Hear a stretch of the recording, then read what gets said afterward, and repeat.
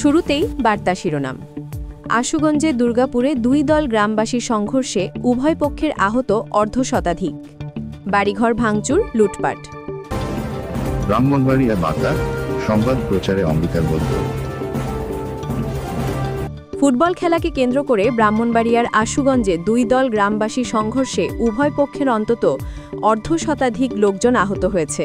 সংঘর্ষ চলাকালে উভয় পক্ষের বাড়িঘর ভাঙচুর, লুটপাটের ঘটনা ঘটেছে। শুক্রবার 10 অক্টোবর উপজেলার দুর্গাপুর ইউনিয়নের দুর্গাপুর বাজার এলাকায় প্রায় 3 ঘণ্টাব্যাপী এই সংঘর্ষ চলে। দুর্গাপুর এলাকার বড়বাড়ি ও মুন্সিবাড়ির লোকজনের মাঝে এই সংঘর্ষ হয়।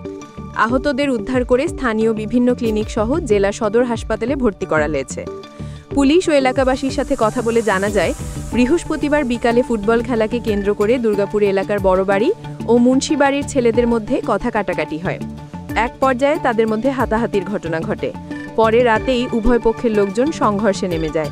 পরে পুলিশ ঘটনাস্থলে গিয়ে পরিস্থিতি নিয়ন্ত্রণে আনেন। এরই জের ধরে শুক্রবার সকাল 7টার দিকে উভয় পক্ষের লোকজন আবারও সংঘর্ষে জড়িয়ে পড়ে। সকাল 8টা থেকে বেলা 11টা পর্যন্ত প্রায় 3 ঘণ্টা সংঘর্ষ চলাকালে উভয় পক্ষের বাড়িঘর ভাঙচুর করা হয়। খবর পেয়ে প্রথমে পুলিশ ঘটনাস্থলে গিয়ে সংঘর্ষ নিয়ন্ত্রণে আনার চেষ্টা করে।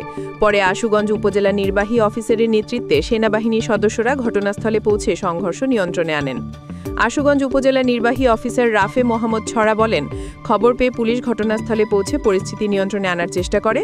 পরে সেনাবাহিনীর একটি দল ঘটনাস্থলে পৌঁছে পরিস্থিতি নিয়ন্ত্রণে আনে। পরবর্তী সংঘর্ষ এড়াতে ঘটনাস্থলে পুলিশ ও সেনা সদস্য মোতায়েন করা আছে। নিউজ ডেস্ক, ব্রাহ্মণবাড়িয়া বার্তা। ব্রাহ্মণবাড়িয়া বার্তা সংবাদ প্রচারে অঙ্গীকারবদ্ধ।